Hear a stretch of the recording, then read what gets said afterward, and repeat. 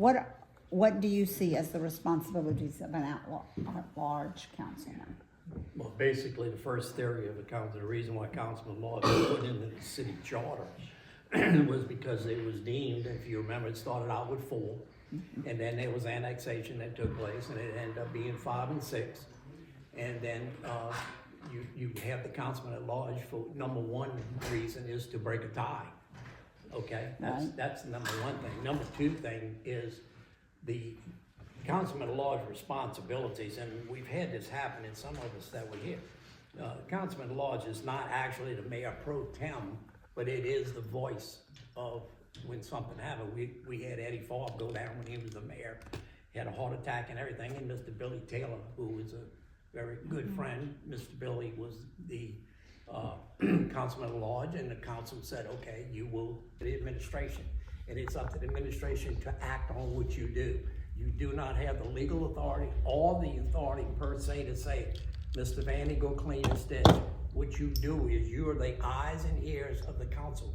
You share with your fellow council members, and then you go to the thing. If there's a fire hazard, you go to the fire department. If you have a police situation, and that's what basically you do. You're a liaison. One of the biggest things, and I've been on the council before, one of the biggest things you need to do is communicate. It's communication, and then finding where to go to get it done, how long this is gonna take. But this is my biggest deal, and this is something I've practiced all my life, but when I was a councilman, if you call me and you ask me for a question, or you want me to go look at something, you're gonna hear an answer from me real quick. I'm gonna tell you who I sent it to. I'm gonna probably CC and say, I sent this to planning and zoning, or I sent this to public works, or I sent this to the fire department, and it may have Monty Strong, Fire Chief, Lonnie Falgout, and then the councilman, and then your name will be on it too. It's called letting you know. Okay, so your second question is, how will you be able to make Bay St. Louis an improved town with your position as at-large council? Gotta listen.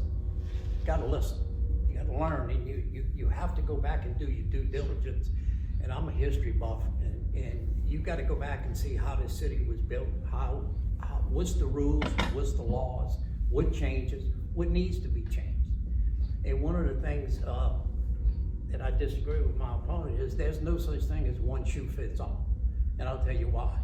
Because you have Old Town Bay St. Louis that was built, it started in 1699, and it came up and used to have mom and pop businesses downstairs, and then you had houses upstairs. Then we had Ward 3, and then we turn around, we have Ward 1, which is now, we call it the Beach District. And if y'all remember, it's only been 28 years that Ward 4, which is off of Old Spanish Trail, that was only annexed just 25 years ago, and they still were not getting some of the stuff that they did. People didn't know that was a swamp area. So maybe 40 years ago, I said 25, maybe a little bit further. But the issue is that you have to address things as a councilman at large. You got to address things, and I'll give you the big example. And I just left a meeting of 4 people, and every one of them grilled me about the noise downtown. The noise downtown. Well, that's just an issue you got to deal with. Well, the answer is we have laws. We have ordinances, so it shouldn't be coming back to the councilman at large or the council person, Mr. Hoffman. It should be going to the police department when it's done, and it should be going to the mayor's office, and the police need to go do their job. If, and this is a big if on any circumstances, if the law needs to be changed, then it needs to be brought back from the administration or brought back from the councilman at large, just saying, look, this don't work anymore. It worked in 1963. But it's not working in 2025, so we need to take a look at it. And one of the things I've spent almost an hour addressing, believe it or not, was the noise on it. And they kept going over and over, and I said, well, you're missing my point. There's nothing the councilman at large can do because the laws are already on the books. It's up to the police to go over there and write these tickets and stop it. I've heard this conversation about my friends in Ward 3. What can we do about some of the stuff that's going on under the trees? What can we do about some of the stuff that's happening in MLK Park? Same thing in Ward 5. It's very simple. There's rules on the book. Turn it over to the proper person. If they don't react and do their job, then it comes back to the council. And then it's up to the council to get the laws enforced. It's called a writ of mandamus. If you have a law and says you can only have so many decibels And the noises has to shut down at 11 o'clock at night. If it don't shut down at 11 o'clock at night, the police should go in there and say, this is your first warning, you're violating the law. If they keep going, you walk in there and you shut them down. Because that's what the law says. It's not what Lonnie says. And then as things go, we just need to change them to make sure they fit the people's needs. Okay. All right, I explained to Mr. Smith, this next question is specifically for you in response to your comments on the newspaper. Yes, ma'am. So we all know zoning is a big issue. It is. What do you think needs to be done, and how can you make this happen? When I was a councilman in 2013, the city of Bay St. Louis in 2009, or 2006, actually got the annexation papers, and wards 5 and 6 were added to the city boundaries. We have sat dormant in wards 5 and 6 out there for probably 10 years now, where we don't know what the rules are, we don't know what's going on, and we can't control what's happening if we don't get services and maintenance and all. So to answer your question is this, and I'm gonna go in the reverse. Let's take Ward 6, which is a waterfront district. One of the first things I did was when I was in office, we put in zoning, and I worked with my colleague, Mr. Joey Boone, and Mr. Falk, and Mr. Compresso. You can't have a waterfront district and make the same house fit on State Street or on Valentine. The lots are too small. So to answer your question, this format, and the city just did what they call Municodes, where they had this specialist come in and we're gonna change these rules. You can't make a rule where one shoe fits all. It doesn't work. Why? Because of the boundaries of Bay St. Louis. We're surrounded by water on all 4 sides. And the key is this.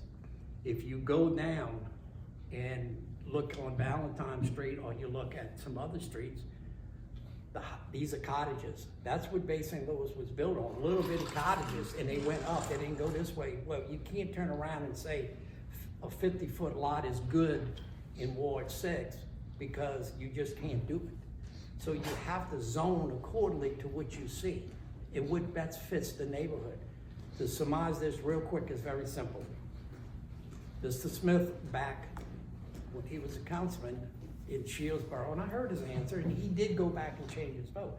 But I am a strong opponent, and I have it in my website, in my platform every day. High density does not work in Bay St. Louis. It can't work. We can't take 5 acres of land and put 134 houses in it. We can't have 50-foot lots where if you walk off your porch, you can almost touch your neighbor because the house is so close. So what we have to do is we have to look at the geographical area we're dealing with. And if you have a house that's a lot in Old Town Bay St. Louis and you own it, you ought to have the right to build on it. But it doesn't give you the right to infringe on your neighbor. There was a law that was put in Bay St. Louis called 539. And that's exactly what it is. You cannot infringe on your neighbors. And we have to respect that. That's another law. So to answer your question, back in Ward 6, we had someone came in and wanted to build 47 duplexes. And we stopped it immediately. Because just imagine it going down a road that wasn't even paved, wasn't anything, and you're gonna have duplexes. And keep in mind, they would be 18 feet in the air. So we passed legislation, to give you an example, we changed the zoning out there to make it fit the neighborhood. And that's what I think Bay St. Louis is doing wrong. We have to go back and look at the geographical area. And one of the things I'm proud of, and I know to summarize what you're asking, I was the one that drafted the legislation to have that Old Town district formed. And if you look at the map, it was because we had to take the oldest homes and protect them. And we applied to the Historic Commission of the state, and that is a designated area that if you want to build something, you got to fit the character of the neighborhood. Okay. All right, last question. You're gonna have to be quick on this. I'll do it. Okay. How would you work with a ward councilman when an issue for their ward comes to your attention? Something I use all the time. It's called fairness, honesty, and integrity.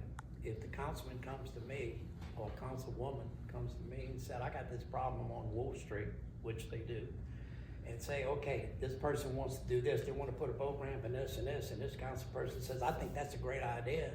And then actually I looked at it 3 days ago, and I'm saying, well, you can't because you're infringing on this person. So you gotta get that happy medium, but when you're working with a councilman to better something, whether you ask for it, or you ask for it, or anyone asks for it, you gotta see if it fits. You gotta protect the charm of what you're dealing with, and I mean the neighborhood.